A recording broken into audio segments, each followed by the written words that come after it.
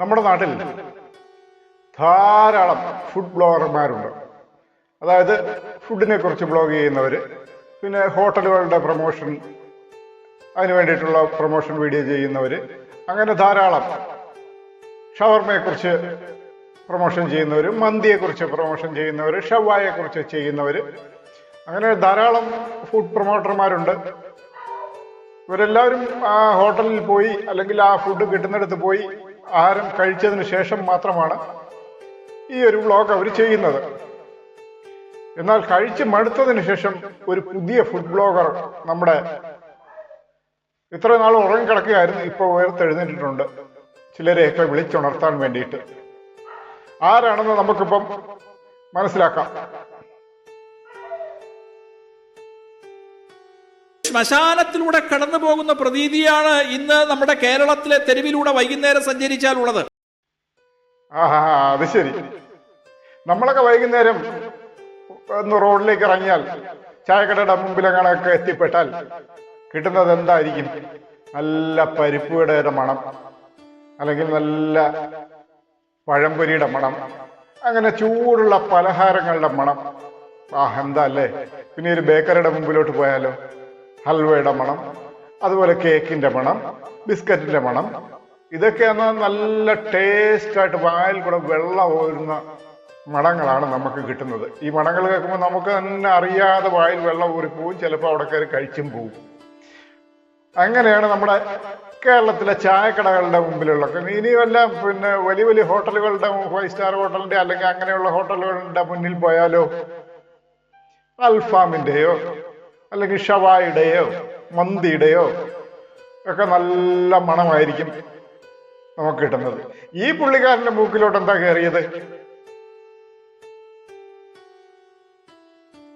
കരിഞ്ഞ മാംസത്തിന്റെ ഗന്ധം, രൂക്ഷമായ തീഷ്ണമായ ഗന്ധം നമ്മളുടെ നാസാദ്വാരങ്ങളെ തുളച്ചുകൊണ്ട് കടന്നു പോകുന്നു നമ്മുടെ തെരുവുകളിലൂടെ സഞ്ചരിക്കുമ്പോൾ. ഇയാളുടെ മൂക്കിൽ കിട്ടുന്നത് എന്താണ്? കരിഞ്ഞ മാംസത്തിന്റെ മണം. അതായത് ശവപ്പറമ്പിലൂടെ നടന്നു പോകുമ്പോഴുള്ള മണം. ശവപ്പറമ്പിൽ നടന്നു പോകുമ്പോൾ എന്തായാലും മണം കേട്ടിട്ടുണ്ടോ നിങ്ങൾ ആരെങ്കിലും? അതൊക്കെ ഇപ്പോഴത്തെ ശവപ്പറമ്പിലൊന്നും അങ്ങനെയുള്ള മണങ്ങളൊന്നും വരാറില്ല. ഇപ്പോഴത്തേതെന്ന് പറഞ്ഞാൽ വളരെ ഹൈടെക്കാണ്. പിന്നെ മനുഷ്യന്റെ ശരീരം ദഹിപ്പിക്കുന്ന സാധനങ്ങളൊക്കെ, അതൊക്കെ അതിൻ്റെയൊക്കെ കൊള്ളുകളൊന്നും മുകളിലാണ് വെച്ചിരിക്കുന്നത്. മുകളിൽ ചെന്നിട്ട് അതിൻ്റെ ആ പുക പോവുള്ളൂ, താഴത്തോട്ടൊന്നും പോവില്ല. താഴെ ആ ഒരു പരിധിയിലേ ഇതിൻ്റെ സ്മെല്ലൊന്നും വരാത്ത രീതിയിലാണ് അതിൻ്റെയൊക്കെ അറേഞ്ച്മെന്റ്. അപ്പൊ ഇദ്ദേഹത്തിന് മാത്രം കിട്ടിയിരിക്കുന്നത് എന്താണ്? ആഹാരത്തിന്റെ സ്മെല്ലല്ല. അതപ്പം ആഹാരത്തിന്റെ കുഴപ്പമല്ല, വേറൊന്നിൻ്റെയാണ് കുഴപ്പം. എന്തായാലും ഇങ്ങനെ ഇവനെ പോലുള്ളവർ റോഡിലിറങ്ങി ഒരു ഫുഡ് ബ്ലോഗ് ചെയ്താൽ എങ്ങനെ ഇരിക്കുമെന്ന് നിങ്ങളിപ്പോ ഒന്ന് ആലോചിച്ച് നോക്കിയേ. കൊള്ളാമോ? ഇയാളുടെ ഫുഡ് ബ്ലോഗ് കൊള്ളാമോ? ഇത് കേട്ടിട്ട് നമുക്ക് ഭക്ഷണം കഴിക്കാൻ തോന്നുന്നു അല്ലേ? അതോ കഴിച്ച ഫുഡ് പുറത്തോട്ട് വരുന്നുണ്ടോ? ഇയാൾക്ക് എവിടുന്നാണ് ഇങ്ങനെ ഇത്രയും നല്ല ആളുടെ മുന്നിൽ പോയി നിന്ന് ഇത്രയും നല്ല സ്മെല്ലുകൾ കിട്ടിയത്? കൊള്ളാം, നല്ല സ്മെല്ലാണ്. കുറെ കൂടെ വലിച്ചു കയറ്റിക്കോ, എന്നിട്ട് മൂക്ക് പൊത്തി പിടിച്ചോ. മൂക്ക് പൊത്തുന്നത് എന്തിനാണെന്നറിയാം? ആ കേറിയ സ്മെല്ല് പുറത്തോട്ട് പോകാതിരിക്കാൻ പൊത്തി പിടിക്കാൻ പറഞ്ഞതാണ്. കടയുടെ മുമ്പ് ചെന്നിട്ട് നല്ല പരിപ്പുടയുടെ അതിൻ്റെ ഇടയൊക്കെ സ്മെല്ല് അങ്ങോട്ട് കയറി കഴിഞ്ഞാൽ അങ്ങോട്ട് പൊത്തി പിടിച്ചാച്ചാൽ മതി. പിന്നെ ആ കേറിയ സ്മെല്ല് അങ്ങോട്ട് തിരിച്ചു പോവില്ല. അതിന് വേണ്ടിയിട്ടാ കുറെ നേരത്തേക്ക് അവിടെ നിൽക്കട്ടെന്ന് വിചാരിച്ചു. എന്തായാലും ഇയാള് അങ്ങനെ അങ്ങോട്ട് പോയിട്ട് ആ ശവപ്പറമ്പിലോട്ട് പോയി എന്നിട്ട് ആ സ്മെല്ല് അങ്ങോട്ട് വലിച്ച് കയറ്റിയിട്ട് മൂക്ക് പൊത്തി അങ്ങോട്ട് പിടിച്ചാട്ടെ. എന്തായാലും വിശദീകരണം ഇതൊന്നും പോരാ, കുറെ കൂടെ വേണം. നമ്മുടെ ആ ഉറങ്ങി കിടക്കുന്ന ടീംസൊക്കെ ഉണ്ടല്ലോ, നമ്മുടെ അവിടെ ഉറങ്ങി കിടക്കുന്ന നമ്മുടെ ശശികല ടീച്ചർ ഒരിക്കൽ ഉണർത്തിയതാണ്. അതുപോലെ ഉറങ്ങി കിടക്കുന്ന കുറെ ടീംസ് ഉണ്ട്, അവരൊക്കെ ഇങ്ങോട്ട് ഉണർന്ന് വരണം. ആ തരത്തിലൊന്ന് പറഞ്ഞു കൊടുത്തേ നോക്കട്ടെ. കരിഞ്ഞ മാംസത്തിന്റെ ഗന്ധം. മാംസം കഴിക്കുന്നത് തെറ്റാണെന്നൊന്നും ഞാൻ പറയുന്നില്ല കേട്ടോ. ഉള്ള മാംസം കഴിക്കരുതെന്നൊന്നും പുള്ളി പറയുന്നില്ല കേട്ടോ. പക്ഷെ അത് കരിച്ചും പൊരിച്ചും ഒന്നും നിങ്ങൾ കഴിക്കാതെ പച്ചയ്ക്ക് അങ്ങോട്ട് കഴിക്കണം എന്നാണ് പുള്ളി പറയുന്നത്. അപ്പൊ ഈ ഉറങ്ങിക്കിടക്കുന്നവരെല്ലാം ഉണർന്നങ്ങോട്ട് വന്നിട്ട് കുറച്ച് പച്ച മാംസം അങ്ങോട്ട് കഴിച്ചേ. ഈ കരിച്ചതിന്റെ പൊരിച്ചതിന്റെ ഒക്കെ മണമൊന്നും നമുക്കാർക്കും ഇഷ്ടമല്ല. അങ്ങോട്ട് ചെല്ലണ്ട. ഇനി കേരളത്തിന്റെ ആ ഒരു തെരുവോരത്തും ഇനി ഈ ടീംസ് ഇറങ്ങരുത് കേട്ടോ. അവിടെ അൽഫാമിന്റെയും മന്തിയുടെയും ഷവർമയുടെ ഒക്കെ മണമാണ്. അങ്ങോട്ട് ഇറങ്ങരുത്. പറഞ്ഞത് നിങ്ങൾ അനുസരിക്കണം കേട്ടോ. അനുസരണാശീലമുള്ളവരല്ലേ, എന്തായാലും അനുസരിക്കണം. അപ്പൊ ഇറച്ചിയൊക്കെ അങ്ങോട്ട് എടുത്ത് വെച്ച് കരിക്കുകയും പൊരിക്കുകയും ചെയ്യാതെ പച്ചയൊക്കെ അങ്ങോട്ട് തിന്നാട്ടെ. ആഹാരം തൃപ്തി തോന്നണമെന്നുണ്ടെങ്കിൽ അറേബ്യൻ ഫുഡ് കഴിക്കണം. അപ്പൊ മൂപ്പര് ഒരു കാര്യം പറഞ്ഞത് ശരി, ആ വ്ളോഗിൽ പറഞ്ഞത് അത് നന്നായിട്ട് മനസ്സിലാക്കിയിട്ടുണ്ടല്ലേ. എന്തെങ്കിലുമൊക്കെ തിന്നെന്ന് വയറിന് തൃപ്തി ആവണമെങ്കിൽ വല്ല അൽഫാമോ മന്തിയോ ഷവായിയോ ഷവർമയോ അങ്ങനെയൊക്കെയുള്ള ഫുഡ്, അറേബ്യൻ ഫുഡ് കഴിക്കണമെന്നാണ്. എങ്കിലേ തൃപ്തിയാവും. അതെന്തായാലും ഒരു കറക്റ്റായിട്ടുള്ളൊരു വാക്കങ്ങ് പറഞ്ഞു പുള്ളി. ഇത്രയും നേരം ചെയ്ത വ്ളോഗില്, ഫുഡ് വ്ളോഗില് ഈ പറഞ്ഞതാണ് കറക്റ്റ്. എന്തായാലും നന്നായി. എന്തായാലും അറേബ്യൻ ഫുഡ് കഴിച്ചെങ്കിലല്ലേ എന്തെങ്കിലും കഴിച്ചതായിട്ട് തോന്നുകയുള്ളൂ പുള്ളിക്കാരന്. അതെന്തായാലും പിന്നെ ആ ഒരു ഇത് ഇഷ്ടപ്പെട്ടു ആ വ്ളോഗിൽ ഇത്ര നേരം പറഞ്ഞതിൽ. അപ്പൊ നമ്മുടെ മറ്റുള്ളവരെല്ലാം പച്ചമാംസം അവിടെ കഴിക്കട്ടെ, നമുക്ക് ഈ അറേബ്യൻ ഫുഡ് ഒന്ന് കഴിക്കാം. എന്തായാലും അറേബ്യൻ ഫുഡ് കഴിച്ച് വയറൊക്കെ ഒന്ന് വീർപ്പിച്ച് ഏമ്പൊക്കെ വിട്ട് പുറത്തേക്കിട്ടൊന്ന് ഇറങ്ങിക്കേ നോക്കട്ടെ. ഇന്ന് രാത്രി ഭക്ഷണത്തിന്റെ കാലമാണ്. ഇതെന്താ പകലാരും ഒന്നും കഴിക്കാറില്ലേ? അതെന്താ നമ്മളെ കഴിക്കാറുണ്ട്. രാത്രി അതെന്താ ഒരു പ്രത്യേക വർഗമല്ലോ ആണോ രാത്രി വിശക്കാതിരിക്കാൻ? നമ്മൾ ചിലപ്പം പിന്നെ നൈറ്റ് ഡ്യൂട്ടി ഒക്കെ ചെയ്യുകയാണെങ്കിൽ ചിലപ്പം രാത്രി കഴിക്കും, ഫുഡ് കഴിക്കും. പിന്നെ അല്ല, നൈറ്റ് ഡ്യൂട്ടി അല്ല, ജോലി ചെയ്യുന്നവർ ഗൾഫിലൊക്കെ മിക്കവാറും ഉള്ളവരെല്ലാവരും നൈറ്റ് ഡ്യൂട്ടി ഒക്കെ എടുക്കുന്നവരാണ്. അതെന്തായാലും രാത്രി ഫുഡ് കഴിക്കും. പിന്നെ അല്ലെങ്കിൽ തന്നെ നമ്മളൊന്ന് പുറത്തു പോയാൽ രാത്രി ഫുഡ് കഴിക്കും. അത് വിശക്കാതിരിക്കാൻ പിന്നെ മൃഗങ്ങളൊന്നും അല്ലല്ലോ, എന്തായാലും മനുഷ്യരല്ലേ, എന്തായാലും തീർച്ചയായിട്ടും വിശക്കും. നമ്മളന്ന് രാത്രി ഫുഡ് കഴിക്കും. എന്താ കഴിക്കാൻ പറ്റത്തില്ലേ രാത്രി? അതെന്ത് പറ്റി? നഗരങ്ങളിൽ മാത്രമല്ല ഗ്രാമങ്ങളിൽ പോലും പാതിരാത്രി ഭക്ഷണം കഴിക്കുന്നവരാണ് ഉള്ളത്. അതെന്താ അപ്പം ഈ ഗ്രാമത്തിലുള്ളവരൊക്കെ പട്ടിണി കിടക്കുമോ? രാത്രി ഒന്നും കഴിച്ചുകൂടെ? അത് കൊള്ളാലോ. രാത്രി വിശക്കാണ്ടിരിക്കാൻ പ്രത്യേകതരം ജീവികളൊന്നും അല്ലല്ലോ. വല്ല ആടോ പോത്തോ അതുകൂടെ രാത്രി തിന്നുന്നുണ്ട്. നമ്മൾ എന്തെങ്കിലും കൊണ്ടു കൊടുത്താൽ അതുങ്ങൾ കഴിക്കും രാത്രി. ആടിനും പോത്തിനും ഒക്കെ പശുവിനും ഒക്കെ നമ്മൾ രാത്രി ആഹാരം കൊടുക്കാറുണ്ട്. എന്തെങ്കിലും തോലൊക്കെ ഒടിച്ചുകൊണ്ടൊന്ന് വെച്ച് കെട്ടി കൊടുക്കാറുണ്ട്. അതിനത് രാത്രി കഴിക്കും. ഇതെന്താ മനുഷ്യന് മാത്രം കഴിച്ചൂടെ? അതൊന്ന് ഒരു പ്രത്യേക വർഗത്തിൽപ്പെട്ട ആൾക്കാർക്ക് മാത്രമേ കഴിക്കാവുള്ളൂ. അങ്ങനെയുണ്ടോ? അതൊക്കെ ഏത് ഭക്ഷണമാണ്? എന്തെങ്കിലും കഴിക്കട്ടെന്നേ. വിശപ്പ് മനുഷ്യനെ മാറ്റാൻ വേണ്ടി അത് എന്തെങ്കിലുമൊക്കെ കഴിച്ചോട്ടെ. നിങ്ങൾക്ക് എന്താ പ്രശ്നം ആക്ച്വലി? അത് പറയും. ഭക്ഷണങ്ങളുടെ ഒന്നും പേര് നമുക്ക് ഇവിടെ ഇപ്പോൾ ഓർത്തെടുക്കാൻ പോലും പറ്റില്ല. അത് കുഴപ്പമില്ല, അത് നിങ്ങളുടെ തെറ്റല്ല. അത് ഓർമ്മക്കുറവ് പല കാര്യങ്ങൾക്കും ഉണ്ടാവും. ഈ ബീഫൊക്കെ കഴിക്കുമ്പം ഓർമ്മ ഉണ്ടാവില്ല, കഴിച്ചു കഴിഞ്ഞിട്ട് ഓർമ്മ ഉണ്ടാവില്ല. പിന്നെ അത് പുറം രാജ്യങ്ങളിലേക്ക് കയറ്റി വയ്ക്കുന്നവരുടെ പേരും ഒന്നും ഓർമ്മ ഉണ്ടാവില്ല. ഈ വെട്ടുന്നവരുടെ പേരോ ഒക്കെ ഓർമ്മ ഉണ്ടാവുള്ളൂ. അത് കഴിക്കുന്നവരുടെ പേരൊക്കെ ഓർമ്മ ഉണ്ടാവും. ഇപ്പൊ മറ്റേ ആ ബീഫ് കഴിച്ച് തീരുന്നിടം വരെ അത് ഒന്നും ഓർമ്മ ഉണ്ടാവില്ല. അത് ശരിയാണ് നിങ്ങൾ പറഞ്ഞത്. ചിലപ്പോൾ അൾസിമേഴ്സ് രോഗമൊക്കെ വരാൻ ചാൻസ് ഉണ്ട്. അതിൽ കൂടെ ചിലപ്പോൾ ഓർമ്മക്കുറവ് സംഭവിക്കാം. മനുഷ്യനല്ലേ, അല്ലെന്ന് നമ്മൾ പറയുന്നില്ല. പിന്നെ അതുപോലെ വേറൊരു ഓർമ്മക്കുറവുണ്ട് കേട്ടോ. ബീഫും പിന്നെ ബിരിയാണിയൊക്കെ അടിക്കും. ഇത് എന്താ കഴിച്ചതെന്ന് ചോദിച്ചാല് ഞാൻ ഉള്ളിക്കറിയാണ് കഴിച്ചതെന്ന് പറയും. അങ്ങനെ ഒരു ഓർമ്മക്കുറവ് ചിലർക്കുണ്ട് കേട്ടോ. എന്താ കഴിച്ചതെന്ന് ചോദിച്ചാൽ ഞാൻ ഉള്ളിക്കറിയാ കഴിച്ചതെന്ന് പറയും. അത് ഓർമ്മക്കുറവുണ്ടോ കേട്ടോ, അതിന് ഒന്നും പറയാനില്ല. അപ്പൊ ശരി, ഇനി മുന്നോട്ട് പറഞ്ഞാട്ടെ. അവിടെ നമ്മൾ ശവവർമ്മയാണ് കഴിക്കുന്നത്. അത് കേട്ടാരും ഞെട്ടണ്ട. നമ്മുടെ ഷവർമേനെയാണ് പറഞ്ഞത്, വേറൊന്നുമല്ല. അതിലൊരു വ്യത്യാസമുണ്ട്. ഈ ഷവർമയായിട്ട് നിന്നാല് നമ്മുടെ ഉറങ്ങിക്കിടക്കുന്ന ആരുടെയും ഉണർത്താൻ പറ്റത്തില്ല. അതിന് നമ്മുടെ സാറ് പുതിയതായിട്ട് കണ്ടുപിടിച്ചൊരു പേരാണ് ഷവർമ. നടക്കട്ടെ, ഷവർമ എന്ന് പറയുന്നത്. പക്ഷെ ഈ മധുസാറിന്റെ കണ്ണില് അത് ശവവർമ്മയാണ്. നമുക്കൊക്കെ ഷവർമ, ഈ മധുസാറിന്റെ കണ്ണില് ശവവർമ്മ. കഴിക്കുന്നത് വർമ്മയാണ്, കഴിക്കുന്നത് ശവമാണ്. അത് ശരി. ഇപ്പൊ വേറെ ആരും ഷവർമ കഴിക്കലില്ലല്ലോ. മൂപ്പര് പറഞ്ഞ ആൾക്കാർ മാത്രമേ ഷവർമ കഴിക്കലുള്ളൂ. മനസ്സിലായില്ലേ? വേറെ ഒരുത്തരും ആരും കഴിക്കലില്ല. ഈ മൂപ്പര് ഇപ്പൊ പറഞ്ഞില്ലേ, അവര് മാത്രമേ ഷവർമ കഴിക്കലുള്ളൂ. അതാണ് പുള്ളിക്കാരൻ പറഞ്ഞത്. വേറൊന്നും അല്ല കേട്ടോ, തെറ്റിദ്ധരിക്കണ്ട. അതുകൊണ്ടാണ് അതിന് ശവവർമ്മ എന്ന് പേര്. ഓ അത് ശരി. അപ്പൊ ഇനി നമുക്കെന്നെ ഈ ഷവർമ നിരോധിക്കാനുള്ള ഒരു യാത്ര അങ്ങ് തുടങ്ങിയാലോ? എന്നാ തുടങ്ങുന്നത്? കേരളത്തിൽ ഷവർമ കഴിച്ച് അനേകം പേര് മരിച്ചു.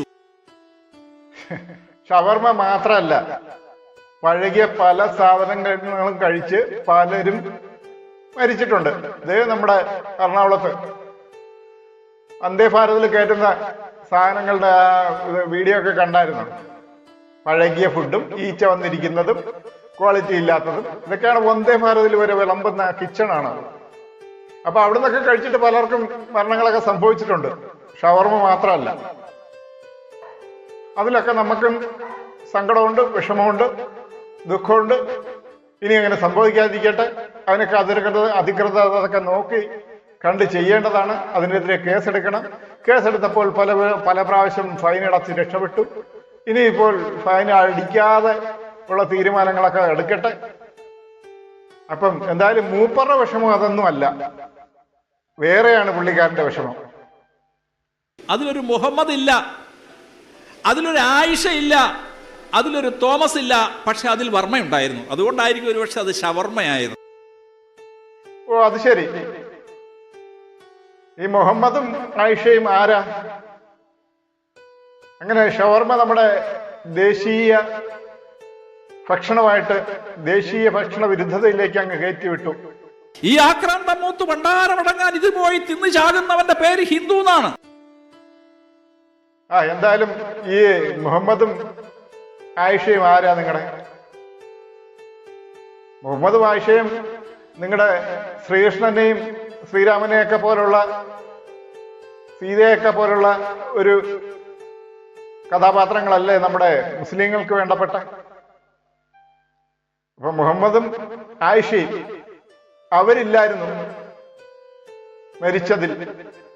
ഈ പ്രത്യേക ഈ മുഹമ്മദിനെ ആയിഷയെ മാത്രം എടുത്തു പറയാനുള്ള കാരണം എന്താ? ഈ തോമസ് കേട്ടിട്ടുണ്ട്, തോമസ് ലീഗ എന്നൊക്കെ പറഞ്ഞ് നമ്മളും കേട്ടിട്ടുണ്ട്. എന്തായാലും ക്രിസ്ത്യൻ മതത്തിലെയും പിന്നെ മുസ്ലിങ്ങളും മാത്രം ഷവർമ കഴിക്കില്ല. ബാക്കി ഈ പറയുന്ന ആൾക്കാരെ മാത്രമാണ് ഷവർമ കഴിക്കല്. അങ്ങനെ നിനക്ക് ആരാ അധികാരം തന്നത് ഈ പിന്നെ മുഹമ്മദിനെയും തോമസിനെയും ആയിഷയും പറയാൻ? നിങ്ങളുടെ ശ്രീരാമനെയോ അല്ലെങ്കിൽ ശ്രീകൃഷ്ണനെയോ ഒക്കെ ഇതുപോലെ പറഞ്ഞാൽ ആർക്കെങ്കിലും ഇഷ്ടപ്പെടുവോ? മതേതരത്വം കാത്തു സൂക്ഷിക്കുന്ന ഒരു രാജ്യമല്ലേ നമ്മുടെ രാജ്യം. ആ രാജ്യത്തെ നിങ്ങളെ പോലുള്ളവർ ഇങ്ങനെ ഒരു പ്രസ്താവന നടത്താൻ കൊള്ളാമോ? നിങ്ങൾക്കെതിരെ ഒരു ചെറുവിരവിൽ പോലും അനക്കില്ല എന്ന് നമുക്കറിയാം. ഇപ്പതേ നമ്മുടെ ദേശീയ തലത്തിൽ വരെ നമ്മുടെ സ്ത്രീത്വത്തെ അഭിമാനിക്കുന്നു. നമ്മുടെ സൈന്യത്തിന്റെ മുന്നിൽ നിന്ന ഒരു സ്ത്രീയെ പഹൽഗാം ആക്രമണത്തിന് തിരിച്ചടി കൊടുക്കാൻ വേണ്ടിയിട്ട് സൈന്യത്തിന്റെ ഏറ്റവും മുന്നിൽ നിന്ന് പ്രവർത്തിച്ച ഒരു സ്ത്രീയെ ആക്ഷേപിച്ചിരിക്കുന്നു. ഇതൊക്കെയല്ലേ നിങ്ങളുടെ പണി?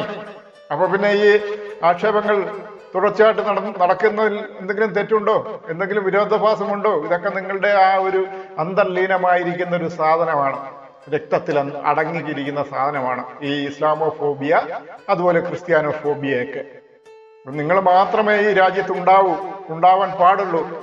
അങ്ങനെ ഒരു രാജ്യത്ത് ഒരു മതം മാത്രമാണെങ്കിൽ അവർ രക്ഷപ്പെടുവോ? അവിടെ ജീവിക്കാൻ പറ്റുമോ ആർക്കെങ്കിലും? നമുക്ക് ഒരു മതം മാത്രം മതിയെന്ന് നമ്മൾ അങ്ങ് തീരുമാനിക്കുക. രക്ഷപ്പെടുവോ? ആരെങ്കിലും എവിടെയെങ്കിലും രക്ഷപ്പെട്ട് കണ്ടിട്ടുണ്ടോ? എന്തായാലും അവിടെ നിൽക്കട്ടെ, അടുത്ത് പറയും.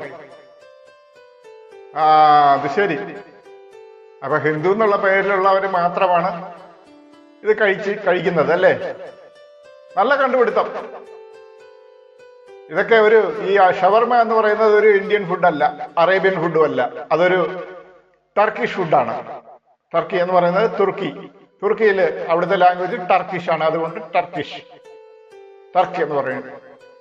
അത് തുർക്കി എന്ന രാജ്യത്ത് ഉണ്ടായ ആ ഒരു ഫുഡാണ് ഷവർമ എന്ന് പറയുന്നത്. അവർ പണ്ട് കാലങ്ങളിൽ ഈ ആടിനെയൊക്കെ മേച്ചിരുന്നവർ ഈ മാംസം കുത്തിയെടുത്ത് ചുട്ട് വാളിന്റെ മുന്നിൽ വെച്ച് തീ കൂട്ടി അതിൽ കോർത്തായിരുന്നു ചുട്ട് തിന്നിരുന്നത്.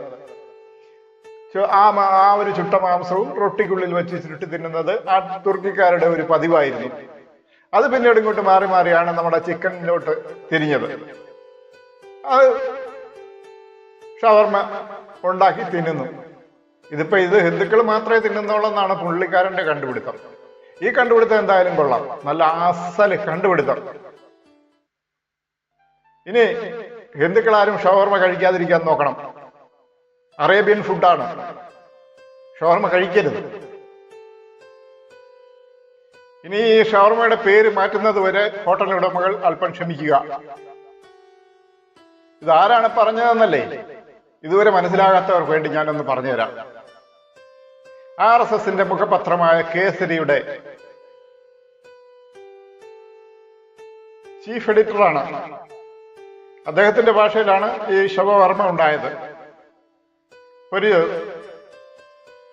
ഇതുപോലുള്ള മുഖപത്രങ്ങളുടെയൊക്കെ ചീഫ് എഡിറ്റർമാരായിരിക്കുന്നവരൊക്കെ ഇതുപോലെ വിദ്യാഭ്യാസമുള്ളവരായിരിക്കണം. എങ്കിൽ മാത്രമേ അവർക്ക് ഇങ്ങനെയുള്ള കണ്ടുപിടുത്തങ്ങൾ കണ്ടുപിടിക്കാൻ പറ്റുകയുള്ളൂ. ഇങ്ങനെ ചീഫ് എഡിറ്ററായിരുന്ന പലരുടെയും കാര്യങ്ങൾ അറിയാവുന്നതല്ലേ. അപ്പൊ ഈ ചീഫ് എഡിറ്ററുടെ പേരാണ് NR മധു. ഈ മധു സാറാണ്, നമ്മുടെ സിനിമയുടെ മധു അല്ല, ഈ കേസരിയുടെ ചീഫ് എഡിറ്റർ മധു. ഈ മധു സാറിനെ നമുക്ക് കൂടുതൽ വിശദമായിട്ടൊന്നുകൂടി പരിചയപ്പെടാം. ഇപ്പോ മാംസം കരിയുന്ന അല്ലെങ്കിൽ ശവം കരിയുന്ന ഗന്ധം മാത്രമേ ഉള്ളൂ ഇപ്പൊ കേരളത്തിന്റെ തെരുവുകളിലേക്ക് നമ്മൾ ഇറങ്ങിച്ചെന്നാൽ, അത് നമ്മളല്ല അദ്ദേഹം ഇറങ്ങിച്ചെന്നാൽ എന്നാണ് ഇപ്പൊ അദ്ദേഹത്തിന്റെ പുതിയ വിവാദം. അങ്ങനെയാണോ? കേരളത്തിന്റെ ഏത് കോണിൽ ചെന്നാലാണ് ഈ ശവം കരിയുന്ന, പച്ച മാംസം കരിയുന്നതിന്റെ മണം എവിടെയാണ്? നിങ്ങൾക്ക് ആർക്കെങ്കിലും ഒന്ന് മണം ശ്രവിച്ച് പറയാൻ പറ്റുമോ? ഇദ്ദേഹം പറയുന്നത് പോലെ ഇത് കേരളത്തിൽ കിട്ടില്ല. ഇതിന്റെ സത്യം എന്താണെന്ന് അറിയണമെങ്കിൽ നിങ്ങൾ ഗുജറാത്തിൽ പോയി നോക്കൂ. അവിടെ പച്ച മാംസം, മനുഷ്യ മാംസം കത്തിയിരിയുന്നതിന്റെ ഗന്ധം നിനക്ക് കിട്ടും. അവിടെ നിന്ന് അനുഭവിച്ചുകൊണ്ട് വന്നിട്ടാണ് ഇവിടെ ഈ പ്രസംഗിക്കുന്നത്. ഈ ചാണകത്തലയന്മാർക്ക് ഇതല്ലാതെ വേറെ ഒന്നും പറയാൻ കിട്ടില്ല. ഇനി ഷവർമ, ഹവായി, ഷവായി, മന്തി, കുന്തി അങ്ങനെയുള്ള കാര്യങ്ങൾ മാത്രമേ കിട്ടുകയുള്ളൂ. കാര്യം തലയിലിരിക്കുന്ന നല്ലവനല്ലേ. ഇനി ഇവർക്കൊക്കെയാണ് ചാണകത്തിൽ ഷവർമ ഉണ്ടാക്കി കൊടുക്കും. അത് കഴിക്കാൻ വേണ്ടി ലൈനായിരിക്കും, ക്യൂ നിന്ന് വാങ്ങും. കേരളത്തിലെ ജനങ്ങൾ വാങ്ങില്ല. അത് സാറേ, ഈ മത്സ്യമാംസാദികൾ പൊരിക്കുന്നതിന്റെയും കരിക്കുന്നതിന്റെയും ഒക്കെ ഈ ഭക്ഷണം പാകം ചെയ്യുന്നതിന്റെ ഗന്ധം കേരളത്തിലെന്നല്ല, ഇന്ത്യയിലെന്നല്ല, ലോകത്തിലെ എല്ലാവർക്കും പരിചിതമാണ്. ആ ഒരു ഗന്ധം ആർക്കും തിരിച്ചറിയാൻ കഴിയും.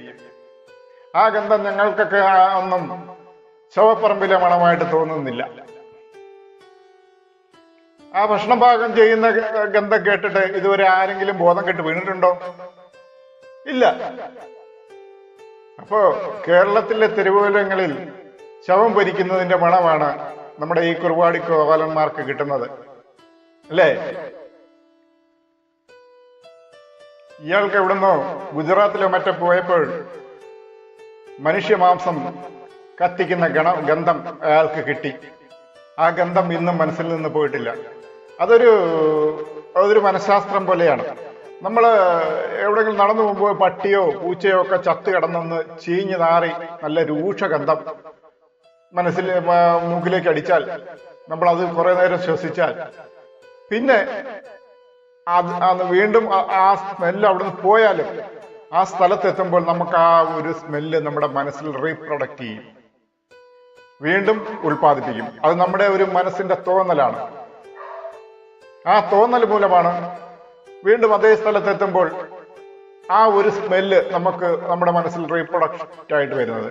അതുപോലെയാണ് ഇദ്ദേഹത്തിന് ഇപ്പോൾ കേരളത്തിൽ വന്നപ്പോൾ ഈ ഒരു സംഭവം നടക്കുന്നത്. ഈ ഗന്ധം ഇങ്ങനെ കിട്ടുന്നത്, മനുഷ്യമാംസം ചുടുന്നതിന്റെ ഗന്ധം കിട്ടുന്നത്. അങ്ങനെയാണ് ഇദ്ദേഹത്തിന് ഈ ഒരു ഒരു മാനസിക വിഭ്രാന്തി ഉണ്ടായിരിക്കുന്നത്. മറ്റൊന്നുമല്ല, അതിനെക്കുറിച്ചൊന്നും പേടിക്കണ്ട, അത് മാറിക്കോളും, അല്പസമയം എടുക്കും. ഇയാള് അവരുടെ വിശുദ്ധ ദേശമായ ഗുജറാത്ത് സന്ദർശിച്ചപ്പോൾ ആ ഗന്ധം മനസ്സിലേക്ക് കയറി. അത് വെച്ച് കീച്ചിയതാണ് ഇവിടെ, വേറൊന്നുമില്ല. ശവത്തിന്റെ ഗന്ധം നിങ്ങൾ പറഞ്ഞു. നമ്മുടെ പുരാണങ്ങളിലെ ശിവൻ ചുടലവാസിയാണ്, അതറിയോ? അപ്പോ ആ ശിവനെ തന്നെ കളിയാക്കുകയല്ലേ നിങ്ങൾ ചെയ്തിരുന്നത്? ഈ ശവത്തിന്റെ ഗന്ധമാണ് തെരുവിലേക്ക് ഇറങ്ങുമ്പോൾ എന്ന് പറയുന്നത്. ശിവൻ തെരുവിലൊക്കെ തന്നെ ഉണ്ട്. അപ്പോൾ ആ ശിവനെ തന്നെ നിങ്ങൾ, ചുടലവാസിയായ ശിവനെ നിങ്ങൾ കളിയാക്കുകയല്ലേ ചെയ്യുന്നത്? ഇവിടെ ഇപ്പോൾ ഈ ഷവർമ എന്ന് കേൾക്കുമ്പോൾ നിങ്ങളെപ്പോലുള്ളവർക്ക് കുരു പൊട്ടും. അത് ആ പേര് കേൾക്കുമ്പോൾ പ്രശ്നമുണ്ട്. എന്താ പ്രശ്നം? ഈ കുഴിമന്തി എന്ന് കേൾക്കുമ്പോൾ ഒരു പ്രശ്നമുണ്ട്. അതും എന്താ പ്രശ്നം? ഷവായി എന്ന് കേൾക്കുമ്പോൾ ഒരു പ്രശ്നമുണ്ട്. ബിരിയാണി എന്ന് കേൾക്കുമ്പോൾ ഒരു പ്രശ്നമുണ്ട്. അങ്ങനെ ഈ സൈസിലുള്ള ഫുഡുകൾ കേൾക്കുമ്പോൾ നിങ്ങൾക്കൊരു പ്രശ്നമുണ്ട്. ആ പ്രശ്നമാണ് ഈ ഫുഡിന്റെ ഒരു അറേബ്യൻ ടച്ച്. ഈ ആഹാരം അറേബ്യൻ ടച്ചിൽ ഉണ്ടാക്കിയെടുക്കുന്നതാണ്, അത് അവരുടെ ഫുഡാണ് എന്ന തരത്തിലുള്ള ഒരു വെയ്പ്പ്. ഞാൻ നേരത്തെ പറഞ്ഞല്ലോ, ഈ ഫുഡുകളൊക്കെ തുർക്കിയിൽ നിന്നാണ് ഉണ്ടാവുന്നതെന്ന്. തുർക്കി അറബി രാഷ്ട്രമല്ല, അറേബ്യൻ രാഷ്ട്രമല്ല. അത് ഏഷ്യയിലും യൂറോപ്പിലുമായി രണ്ടിടത്തുമായിട്ട് അങ്ങോട്ടും ഇങ്ങോട്ടും കിടക്കുന്ന ഒരു രാഷ്ട്രമാണ് തുർക്കി എന്ന് പറയുന്നത്. അവിടെ നിന്ന് ഉത്ഭവിച്ചതാണ് ഈ ഷവർമ, ഞാൻ മുൻപ് സൂചിപ്പിച്ചിരുന്നത് പോലെ. അപ്പോൾ ഇവർക്കിത് കേട്ടപ്പോൾ അറേബ്യൻ ഫുഡാണെന്നുള്ളൊരു ധാരണ. അതെന്തുകൊണ്ടാണ്? അതൊരു ഇസ്ലാമോഫോബിയ കൊണ്ടാണ് ആ ഒരു ഭയപ്പാടുണ്ടായത്. ഫോബിയ എന്ന് പറഞ്ഞാൽ ഭയം, ഇസ്ലാമോഫോബിയ എന്ന് പറഞ്ഞാൽ ഇസ്ലാമിൻ കൊണ്ടുള്ള ആ ഒരു ഭയം. അങ്ങനെ ആ ഫോബിയ, അതുകൊണ്ടാണ് ഈ ഒരു ധാരണ ഇവരുടെ മനസ്സിലേക്ക് വരുന്നത് ഈ ഫുഡിന്റെ പേര് കേൾക്കുമ്പോൾ. കഴിഞ്ഞ ദിവസങ്ങളിൽ അവരുടെ ഗുജറാത്തിലല്ല, ആന്ധ്രാപ്രദേശിൽ, തെലങ്കാനയിൽ കറാച്ചി ഫുഡ് എന്ന് പറയുന്ന ഒരു കട അടിച്ചു തകർത്തു. അതിന്റെ പ്രശ്നം എന്താണ്? അതിന്റെ പേരിൽ കറാച്ചി കണ്ടു. അതിന്റെ കടയുടെ ഓണർമാരായിരുന്നു അടിച്ചു തകർത്ത് തീർന്നപ്പോൾ കട കറാച്ചി എന്നുള്ള പേര് കണ്ട് കട അടിച്ചു തകർത്തു. എന്തായാലും കറാച്ചി എന്ന് പേരുണ്ടെങ്കിൽ ഒരു മുസ്ലിം ആയിരിക്കുമല്ലോ. ആ ഒരു തെറ്റിദ്ധാരണയിൽ കട അടിച്ചു തകർത്തു. അതിനുശേഷം അവന് മനസ്സിലായത് കട നടത്തിക്കൊണ്ടിരുന്നത് ഹിന്ദുക്കളാണ്. അപ്പൊ അങ്ങനെയുള്ള ചാണകത്തലയന്മാരാണ് നമ്മുടെ കുറുവട ഗോപാലന്മാർ. മത്സ്യവും മാംസവും കഴിക്കില്ല എന്നുള്ള ആ ധാരണ വെച്ച് ഞങ്ങൾ അപ്പർ ക്ലാസ്, അതായത് മുകൾ തട്ടിൽ നിൽക്കുന്ന സവർണറുടെ കൂടെ നിന്നിട്ടാണ് ഈ പ്രസ്താവനയെങ്കിൽ തെറ്റിപ്പോയി. നിങ്ങൾക്ക് തെറ്റിപ്പോയി മധു സാറേ. പുരാണങ്ങളൊന്ന് പരിശോധിച്ചു നോക്കണം. ശ്രീരാമൻ കാട്ടിൽ വനവാസത്തിൽ പോയപ്പോൾ എന്താണ് കഴിച്ചിരുന്നതെന്ന്. ഇതുപോലെ മാംസാദികൾ തന്നെയാണ് കഴിച്ചിരുന്നത്. അമ്പും വില്ലും എടുത്തുകൊണ്ടുപോയി വേട്ടയാടി കൊണ്ടുവരുന്നത് പാകം ചെയ്ത് കഴിച്ചിരുന്നു. പിന്നെ സീത നല്ല കൊഴുത്തൊരു മാൻകുട്ടിയെ കണ്ടപ്പോൾ എന്തിനാണ് അതിനെ അപ്പോൾ തന്നെ വേണമെന്ന് പറഞ്ഞത്? അതിനെ താലോലിക്കാനാണോ? താലോലിക്കാനാണെങ്കിൽ അമ്പും വില്ലും എടുത്തുകൊണ്ടുപോയി അമ്പ ഇത് കൊന്നു പിടിക്കേണ്ട കാര്യമില്ലല്ലോ. എന്തായാലും അമ്പും വില്ലും വെച്ച് അമ്പ ചെയ്താൽ എന്തായാലും അത് ചത്തുപോകുമേ. അങ്ങനെ കൊന്നു പിടിക്കേണ്ട കാര്യമില്ലല്ലോ. അതിനെ താലോലിക്കാനല്ല, അതിനെ തിന്നാൻ വേണ്ടിയായിരുന്നു. അപ്പോൾ വനവാസകാലത്ത് ശ്രീരാമനും കൂട്ടരും ഒക്കെ മാംസം ഭക്ഷിക്കുമായിരുന്നു. അതായിരുന്നു അവരുടെ ഭക്ഷണം. പുരാണങ്ങളൊന്ന് പരിശോധിച്ചു നോക്കൂ, അതിൽ നിന്ന് കിട്ടും. അതുപോലെ തന്നെ പറഞ്ഞിട്ടുണ്ട് ശ്രീകൃഷ്ണന്റെ കാര്യത്തിലും. ശ്രീകൃഷ്ണൻ വരുന്നുണ്ട്, മദ്യവും മാംസവും കരുതണം എന്നും പറഞ്ഞിട്ടുണ്ട്. ഒരു പരാമർശമുണ്ട് അങ്ങനെ. അതൊക്കെ എന്തായാലും നിങ്ങൾക്കറിയാമായിരിക്കും, സവർണനായ ഈ കുടുംബത്തിലുള്ളവർക്ക്. അപ്പൊ മധുസാറേ, എന്നാർ മധുസാറേ, അവരൊക്കെ ശവന്തീനികളായിരുന്നോ? പണ്ട് യാഗം നടക്കുമായിരുന്നു. യാഗത്തിൽ കൊഴുത്ത കന്നുകുട്ടികളെ കെട്ടിയിട്ടിട്ട് ആണ് യാഗം നടത്തുന്നത്. യാഗം കഴിയുമ്പോൾ യാഗത്തിന്റെ അവസാനം ഈ കന്നുകുട്ടിയുടെ നവദ്വാരങ്ങളെല്ലാം പൊത്തിപ്പിടിച്ച് കൊന്നിട്ട് അതിന്റെ വഫ എന്ന് പറയുന്ന ആ ഒരു ഭാഗം എടുത്ത് പൊരിച്ച് തിന്നുന്ന ഈ യാഗം നടത്തുന്ന, അതിന് ചുറ്റുവട്ടം കൂട്ടുന്ന ആളുകൾ ഉണ്ടായിരുന്നു. യാഗം നടത്തുന്നത് ആരാണെന്ന് നിങ്ങൾക്ക് ഞാൻ പറയാതെ തന്നെ അറിയാമല്ലോ. അങ്ങനെ അവരും ശവന്തീനികളാണോ മധുസാറെ? പിന്നെ ഈ ബംഗാളിലൊക്കെ ഉള്ള സന്യാസിമാര് മത്സ്യം കഴിക്കുന്നതായി കേട്ടിട്ടുണ്ട്. അവരും ശവന്തീനികളാണോ? ഈ പ്രസംഗത്തിന്റെ എല്ലാ ഒടുവിൽ നിങ്ങൾ വേടനെ അപമാനിച്ചു. അമ്പലങ്ങളിൽ വേടന്റെ പാട്ട് വയ്ക്കുന്നു, 10,000 തടിച്ചുകൂടുന്നു. ഇനി അമ്പലങ്ങളിൽ ക്യാബറ ഡാൻസും കൂടിയേ നടത്താൻ ബാക്കിയുള്ളൂ എന്ന് പറയുന്നു. മധുസാറെ, ക്യാബറ നടത്തിയിട്ടുണ്ട്. ക്യാബറ ഡാൻസ് പണ്ട് കാലങ്ങളിൽ നടത്തിയിട്ടുണ്ട്. ഇനി വേടന്റെ പാട്ടിന് പകരം ക്യാബറ മാത്രമേ അമ്പലങ്ങളിൽ നടത്താൻ ബാക്കിയുള്ളൂ എന്ന് പറഞ്ഞു. എന്തായാലും അമ്പലങ്ങളിലൊന്നും ഇതുവരെ ക്യാബറ നടത്തിയിട്ടില്ല. പണ്ട് കാലത്ത് നടത്തിയിരുന്നു. അന്ന് വേടനും കിടനൊന്നും ഇല്ലായിരുന്നു. പക്ഷെ അന്നും ഈ ഒരു ആവാസ നൃത്തം നടത്തിയിരുന്നു. അതിനുവേണ്ടിയുള്ള ഒരു വകുപ്പായിരുന്നു ദേവദാസികളുടേത്. ദേവദാസികൾക്ക് ഈ ക്യാബറ ഡാൻസ് കളിയാണ് അവരുടെ പരിപാടി. പല സദസ്സുകളിലും അവർ പോയി നിന്ന് ക്യാബറ ഡാൻസ് കളിക്കും. അതാണ് ദേവദാസികളുടെ പരിപാടി. അതിന്റെ ഓർമ്മയ്ക്കായിട്ടാണ് ഇന്ന് പല അമ്പലങ്ങളിലും കാണാം കൊത്തിവെച്ചിരിക്കുന്ന രൂപങ്ങൾ, പലതരത്തിലുള്ള ലൈംഗിക ചേഷ്ട ശില്പങ്ങൾ നമുക്ക് പല അമ്പലങ്ങളിലും പോയാൽ കാണാൻ സാധിക്കും. ഇപ്പൊ അതൊക്കെ കൊത്തിയടിച്ച് മാറ്റിക്കൊണ്ടിരിക്കുകയാണ് ഈ നവതലമുറ എന്ന് പറഞ്ഞു വരുന്നത്. അതൊക്കെ കണ്ടപ്പോൾ ഒരു നാണക്കേട് തോന്നുന്നു. ലൈംഗികപരമായ പല രൂപങ്ങളുമാണ് ക്ഷേത്രങ്ങളുടെ ഈ കൊത്തുപണിയിൽ നടത്തിയിരുന്നത്.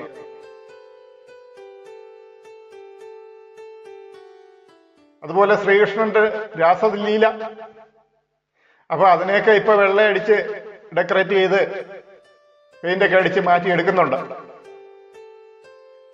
പണ്ട് കാലത്ത് ആഭാസ ലൈംഗിക നൃത്തം വരെ ഉണ്ടായിരുന്നു എന്നാണ് അറിവ്. ഈ രാസലീലയിൽ അങ്ങനെ സംഘമായി ചെയ്യുന്നതായിരുന്നു പ്രതിപാദിച്ചിരുന്നത്. പ്രിയപ്പെട്ട മധു, ഒന്ന് മനസ്സിലാക്കേണ്ടത്, നമ്മൾ ശാസ്ത്രം ഒന്ന് പരിശോധിച്ച് നോക്കിയാൽ, അല്ലെങ്കിൽ ചരിത്രം ഒന്ന് പരിശോധിച്ച് നോക്കിയാൽ, ആദിമകാല മനുഷ്യന്റെ, ഈ മധുസാറിന്റെ അപ്പന്റെ ആദ്യകാലത്തുള്ള മനുഷ്യന്റെ ഭക്ഷണം എന്തായിരുന്നു? ഇഡ്ഡലി സാമ്പാറുമായിരുന്നു? അത് ദോശയും ചമ്മന്തിയുമായിരുന്നു? അതോ പൊറോട്ടയും ചട്നിയുമായിരുന്നു? എന്തായിരുന്നു? ഇതൊന്നുമല്ല. അത് സാറേ, അവരൊക്കെ പണ്ട് കാലത്ത് ജീവിച്ചിരുന്നവർ,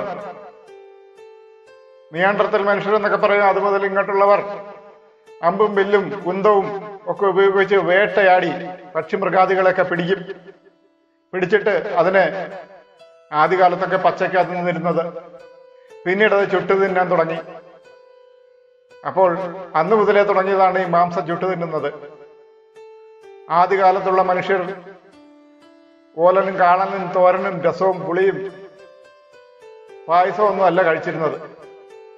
ഇഡലിയും ചോറും ചമ്മന്തിയൊന്നും അല്ല. അവർ ആയുധങ്ങൾ ഉപയോഗിച്ച്, മനുഷ്യൻ കല്ലെടുത്ത് എറിഞ്ഞ് പിടിക്കുന്ന സാധനങ്ങൾ പോലുള്ളത്, അമ്പും വില്ലും കുന്തവും ഉപയോഗിച്ച് വടി കൊണ്ടടിച്ചുമൊക്കെ വേട്ടയാടി പിടിക്കുന്ന മൃഗങ്ങളെ അവർ ആദ്യകാലത്ത് പച്ചക്ക് നിന്നിരുന്ന് പിന്നീട് അത് ചുട്ടുതിന്നാൻ തുടങ്ങിയിട്ടുണ്ടെന്ന് നമുക്ക് ചരിത്രത്തിൽ നോക്കിയാൽ മനസ്സിലാകും. പിന്നീട് അത് വളരെ കാലങ്ങൾക്ക് ശേഷമാണ് ഉപ്പും വെള്ളവും ഒക്കെ ചേർത്ത് വേവിച്ച് തിന്നാൻ തുടങ്ങിയത്. അതിന് ഒരുപാട് കാലം വേണ്ടി വന്നു. അപ്പോൾ ഇപ്പൊ നിങ്ങൾ മാംസഗന്ധം പറയുന്നു, ശവത്തിന്റെ ഗന്ധം പറയുന്നു, ചുടലഗന്ധം പറയുന്നു. അപ്പൊ പിന്നെ നിങ്ങൾ അവഹേളിക്കുന്നത് ആരെയാണ്? ആരെയാണ് നിങ്ങൾ നിങ്ങളുടെ അപ്പൂപ്പന്റെ ആ കാലത്തുള്ളവരെയാണ് നിങ്ങൾ അവഹേളിക്കുന്നത്? അല്ലെങ്കിൽ ചരിത്രത്തെയാണ് അവഹേളിക്കുന്നത്? അല്ലെങ്കിൽ ശാസ്ത്രത്തെയാണ് അവഹേളിക്കുന്നത്? ഇക്കാര്യങ്ങളൊക്കെ ഒന്ന് ചരിത്രം പഠിച്ചാൽ മനസ്സിലാകാവുന്നതേ ഉള്ളൂ. പിന്നെ നിങ്ങൾ മനുഷ്യനെ ചുട്ടിട്ടില്ല എന്നൊന്നും പറയണ്ട. പണ്ട് വൈദികന്മാരെ, ഒരു വൈദികനെയും അദ്ദേഹത്തിന്റെ ഭാര്യയും 2 മക്കളെയും വാഹനത്തിനുള്ളിൽ വെച്ച് ചുട്ട് കരിച്ച് കൊന്നത് മറന്നുപോയോ മധുസാറെ? അതുപോലെ പലയിടത്തും നടന്നിട്ടുള്ള കാര്യങ്ങളൊക്കെ മറന്നുപോയോ? അപ്പൊ അവിടെയെങ്കിലും ഈ ശവത്തിന്റെ ഗന്ധം ഇല്ലായിരുന്നോ? അതോ അതിൽ നിന്ന് കിട്ടിയതാണോ ഈ ശവത്തിന്റെ ഗന്ധം? അപ്പോ ഇതൊന്നും കേട്ട ആരും വിഷമിക്കണ്ട കേട്ടോ. ആരുടെയും മനസ്സ് നോവിക്കാൻ വേണ്ടി പറഞ്ഞതല്ല. ഇദ്ദേഹത്തിന്റെ വാക്കുകളെ ഒന്ന് വിമർശിക്കാൻ വേണ്ടി പറഞ്ഞതാണ്. ഇത്രയും നാൾ ഉറങ്ങിക്കിടന്ന ഷവർമ ഇപ്പോൾ ഒരു താരമായി മാറിയിരിക്കുന്നു, മാറ്റിയെടുത്തിരിക്കുന്നു. അത് ഞാൻ മുൻപ് പറഞ്ഞ ആ ഫോബിയ കൊണ്ടാണ്. അതിന്റെയൊക്കെ പേരിലുള്ള അറബിക് ടച്ച് അതുകൊണ്ടാണ്, അല്ലാതെ മറ്റൊന്നുമല്ല. അപ്പോ ഷവർമ ആർക്കും കഴിക്കാം. കഴിച്ചാൽ ആരും ഫ്രഷ് ഷവർമ പഴയത് കഴിക്കാതെ നന്നായിട്ട് കഴിച്ചാൽ ആർക്കും ഒരു പ്രശ്നം ഉണ്ടാവില്ല. നല്ല ഫുഡ് തന്നെയാണ് ഷവർമ. പിന്നെ കഴിക്കുമ്പോൾ പഴയതാണോന്ന് നോക്കി കഴിക്കുക, അത്രയേ ഉള്ളൂ. ഈ ഷവർമ കട നടത്തുന്നത് മുസ്ലിങ്ങളൊന്നും അല്ല, ഒരുപാട് ഹിന്ദുക്കളും നടത്തുന്നുണ്ട് കട. അവിടെയൊക്കെ കൊടുക്കുന്നത് ഈ അറബിക് ഷവർമയല്ല. അല്ലെങ്കിൽ ഒരു അറബിക് പേരുണ്ടായാൽ ആഹാരം എന്തുകൊണ്ട് കഴിച്ചുകൂടാ? ആഹാരമല്ല.